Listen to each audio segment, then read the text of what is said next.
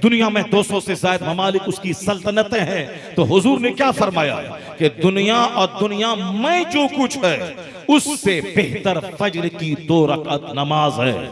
अगर मोमिन को इस बात पर यकीन हो जाए कि हुजूर ने जो कुछ कहा सच कहा, उसके सामने कोई बोले कि इराक की सल्तनत में दे दूंगा और फजर की नमाज छोड़ दे, वह शख्स बोलेगा इराक की सल्तनत में छोड़ दूंगा मगर फजर की नमाज नहीं छोड़ूंगा। क्योंकि हुजूर ने कहा है कि फजर की 2 रकात नमाज बादशाह दुनिया और दुनिया में जो कुछ है उससे बेहतर है। तो एक छोटा सा दुकान जो 5 करोड़ की है, उस दुकान के चलते बंदा फजर छोड़ रहा है, उस दुकान में रहता है रात के 12-1 बजे तक, उसका हिसाब करता है 3-4 बजे तक, फिर सोता है जब सारी दुनिया नमाज की तैयारी करती है, सारे नेक लोग, और ये दुकानदार अब वह सोने की तैयारी करता है। अब उठता है कब? दिन के 11-12 बजे, और फिर वो कितनी मिल्कियत है उसकी दुकान की? 50 करोड़ या 1 अरब मान लेते हैं, 1 अरब की मिल्कियत है, उसकी खातिर छोड़ दी कौन सी नमाज? वो नमाज जिसके बारे में हुजूर ने कहा था दुनिया और दुनिया में जो कुछ है उससे बेहतर फजर की 2 रकात नमाज है। दुनिया में 200 से ज्यादा ममालिक हैं, उन 200 से ज्यादा ममालिक की करेंसीज है, रुपया है, डॉलर है, पौंड है, यूरो है, रियाल है, साहब दिनार है, दिरहम है, सारे सिक्के इस दुनिया में है, सारी नेमतें। हुजूर कहते हैं सबसे बेहतर फजर की 2 रकात नमाज है। अगर ये यकीन के साथ हुजूर की हदीस पर इस तरह से ईमान हो जाए तो मैं कहता हूं फजर की नमाज में जुमा जैसी भीड़ मस्जिद में लगने लगेगी।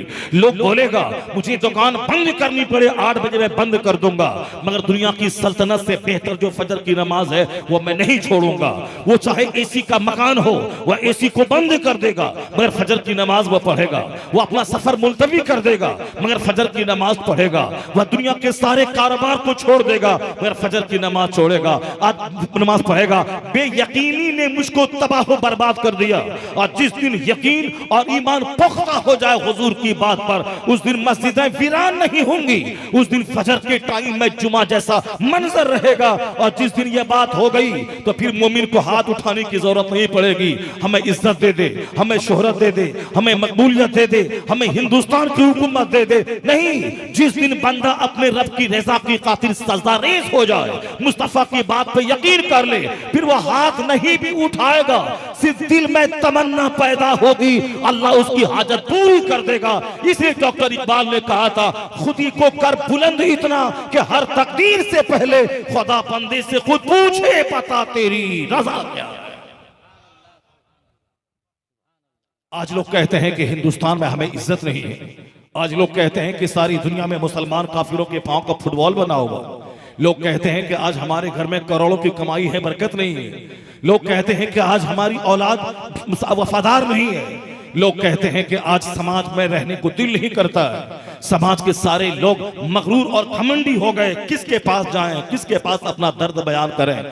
लोग हमारे दर्द का मजाक उड़ाने वाले हो गए, लोग हमें इस समाज रहने का समाज नहीं रहा। मालदार बन जाओ तो लोग कहते हैं ये साहब मगरूर हो गया, गरीब बन जाओ तो लोग कहते हैं कि ये काम चोर और कोड़ी हो गया। अगर लोगों के सलाम करो तो लोग कहते हैं ये मुझसे डर रहा है, और सलाम का जवाब नहीं दो तो लोग कहते हैं कि साहब ये मगरूर और घमंडी हो गया है। गरीब रहो तो कोई रिश्ता नहीं भेजता, मालदार रहो तो सारे हसद और जलन करने वाले लोग मेरी तबाही की तमन्ना कर रहे होते हैं। कैसे रहूं इस समाज में? ये समाज रहने के काबिल नहीं रहा। जाहिर से लोग कहते हैं अल्लाह कहाँ है, रसूल पाक कहाँ है, रसूल पाक कहाँ है।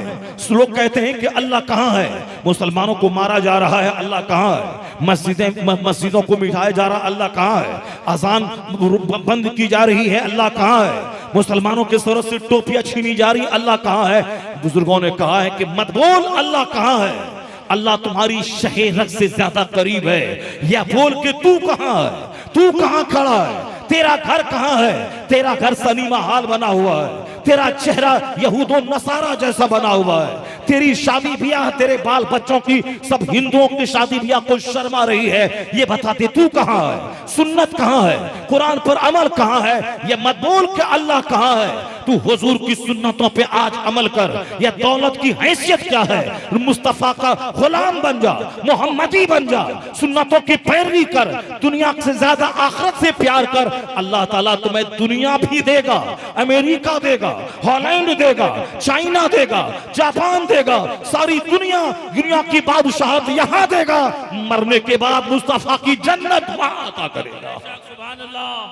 अल्लाह तो चाहता है वअदल्लाहुल्लज़ीना आमनू व अमिलुस्सालिहात लयस्तखलिफन्नहुम फिल अर्द। अल्लाह हैज प्रॉमिस्ड, अल्लाह ने वादा किया है कि हम तुम्हें इस दुनिया ज़मीन का बादशाह बना देंगे। अल्लाह ने कहा है कि इज्जत तुम्हारे लिए, मैं तुम्हें इज्जत दूंगा, मैं तुम्हें इस रुए जमीन का बादशाह बना दूंगा। अल्लाह ने कहा वअदल्लाहुल्लज़ीना आमनू व अमिलुस्सालिहात, अल्लाह का वादा है कि मैं तुझे इस रुए जमीन का बादशाह बना दूंगा, खलीफा बना दूंगा। अल्लाह कहता है वला तहिनु वला तहज़नु व अंतुमुल अअलौना इन कुंतुम मुमिनीन। गम मत खाओ, सुस्ती मत करो, इस्लाम के बारे में टेंशन मत मोल लो, अपने बारे में टेंशन मत मोल लो कि मेरा क्या होगा, मैं मरूंगा तो कब्र में मेरा क्या होगा, मैं रोज़े महशर में मैं पुलसरात से 500 साल के बराबर जो राह है उस पर मैं कैसे गुजरूंगा, जो बाल से ज्यादा बारीक तलवार से ज्यादा तेज उस पुल से मैं कैसे गुजरूंगा, उसकी परवाह कर। इस्लाम के बारे में टेंशन मत मोल ले। तुम्हारी हैसियत, तुम्हारी औकात क्या है, तुम्हारे पेट में है 2 केजी पाखाना, जो मरते दम तक ये पाखाना तेरे साथ रहेगा। चाहे 50 कुंटल अतर मुश्क और ऊद लगा ले, मगर इस पेट के पाखाना को कहां ले जाएगा, इस पेट के पेशाब को कहां ले जाएगा। अल्लाह ने तुम्हें कमजोरियों का पुतला बनाया है, अल्लाह ने हमें कमजोरियों का पुतला बनाया है कि जब भी गोरे रंग पे घमंड हो, जब भी ऊंचे महल पे घमंड हो, जब भी 1000 बीघा जमीन पे घमंड हो, तो पेट का पाखाना याद कर लेना। तेरे पेट के अंदर है 2 केजी पाखाना, और जब तू मेहतर बन के जाता है पाखाना रूम में, अपने हाथ से तू अपना पाखाना साफ करता है, तो एक मेहतर और तुझ में कोई फर्क नहीं होता है। मेहतर दूसरे का पाखाना ढोता है और तुम अपना पाखाना साफ करता है। तो कैसे सेब देता है तुझको कि तू कहता है मैं बड़ा हूं, मैं मालदार हूं, मैं बहुत दौलतमंद हूं, मैं सबसे अच्छा हूं, कैसे बोलता है? तेरी कमजोरी है नींद। नींद नहीं आए तो तू पागल हो जाएगा, और नींद आ जाए तो तू मुर्दा बन जाता है। नींद मौत असगर है, नींद आने के बाद बंदा मुर्दा हो जाता है। उसकी गर्दन पे छुरी चला दे, उसको पता नहीं चलेगा। बेशुमार लोग हालत नींद में कत्ल कर दिए जाते हैं। वो रहे कामा पहलवान, वो रहे रुस्तम पहलवान की तरह, लेकिन नींद आने के बाद वो मुर्दा बन जाता है। यह नींद है हमारी कमजोरी, यह नींद है मेरी कमजोरी, यह हवा का छूटना है मेरी कमजोरी, या पसीने की बदबू है मेरी कमजोरी, या मुंह की महक है मेरी कमजोरी, या बीमारी है मेरी कमजोरी, ये बाल का सफेद हो जाना है ये मेरी कमजोरी, ये बुढ़ापा है मेरी कमजोरी। जो जवानी के दिन में पूरा गांव को दहाड़ के खौफजदा करता था, बुढ़ापे में हाथ कांप रहा, वो लाठी के सहारे चल रहा है, वह पेशाब पखाना सबके सामने चौराहे दरवाजे पे बैठ के कर रहा है। उससे पूछ के तू कामा पहलवान था जवानी में, चिल्लाता था तो सारा गांव हिल जाता था। कहां गई वो ताकत, कहां गई वो आवाज, कहां गया वो चिल्लाना, कहां गई वो शानो शौकत? इसी दुनिया ही में वह जवानी बुढ़ापे में तब्दील होकर उसे जलील कर देती है। यह जवानी खत्म हो जाती है, ये बुढ़ापा उसे जलील कर देता है। वह कान रखने के बावजूद नहीं सुनता, वह मुंह रखने के बावजूद नहीं बोल पाता, वह आंख रखने के बावजूद नहीं देख पाता। उसे रोटी खाने के लिए गोली इस्तेमाल करनी पड़ती है, और जब वह खा ले उसको बाहर निकालने के लिए गोली इस्तेमाल करनी पड़ती है। ये इंसान है कमजोरी का पुतला, और ये चला है अल्लाह से मुकाबला करने कि मैं जैसे चाहूंगा जीऊंगा, मैं जैसे चाहूंगा मोबाइल चलाऊंगा, मैं चाहूंगा मैं ज़कात नहीं निकालूंगा, मैं नमाज नहीं पढ़ूंगा, मैं रोजा नहीं रखूंगा, मैं हज नहीं करूंगा, मैं जैसे चाहूंगा जीऊंगा, मैं सुन्नत परवान नहीं करूंगा, मैं दौलत जमा करूंगा, मैं रात भर सिनेमा देखूंगा, मैं तवाइफ के कोठे को आबाद करूंगा। तो अल्लाह के रसूल क्या कहते हैं? ए अमल माशीता, जो तेरी तबीयत में आता हो तू कर ले, अलबत्ता इतना याद रखना कमा तो दीनो तदान, जैसा करेगा वैसा अंजाम भुगतने के लिए तैयार रहना। आग के लिए तैयार रहना, आग की खूंटी के लिए तैयार रहना, आग की खुराक के लिए तैयार रहना, कब्र में सांप की खुराक के लिए तैयार रहना, उसके इस दुनिया में रुसवाई के लिए तैयार रहना, दौलत के छिन जाने के लिए तैयार रहना, मकान का जल्जले में गिरने के लिए तैयार रहना, आंधी तूफान में मकान के उड़ने के लिए तैयार रहना, जवान बेटों की मौत के लिए तैयार रहना, अपने बाल बच्चों की बगावत के लिए तैयार रहना। आज जो दुनिया मुसीबतों की आग में जल रही है, गांव से लेकर शहर तक, नगर से लेकर महानगर तक, मालदार से लेकर गरीब तक, उलझनों में, परेशानियों में, बेकरारियों में, टेंशनों में जो दुनिया घिरी है, गरीब भी टेंशन में है, मालदार भी टेंशन में है। इसीलिए कि अल्लाह ने इस दुनिया को खूबसूरत बनाया था। इस दुनिया में अल्लाह ने रात बनाई है ताकि रात भर बंदा आराम करे।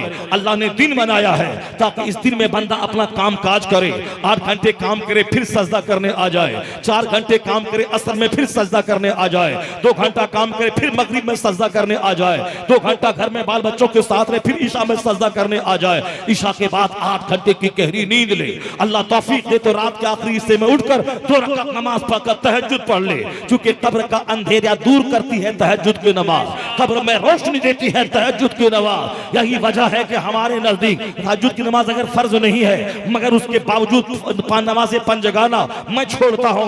तहज्जुद तो छोड़ो, छोड़ना कोई गुनाह नहीं, मैं नमाज़े पंजगाना नहीं पढ़ता।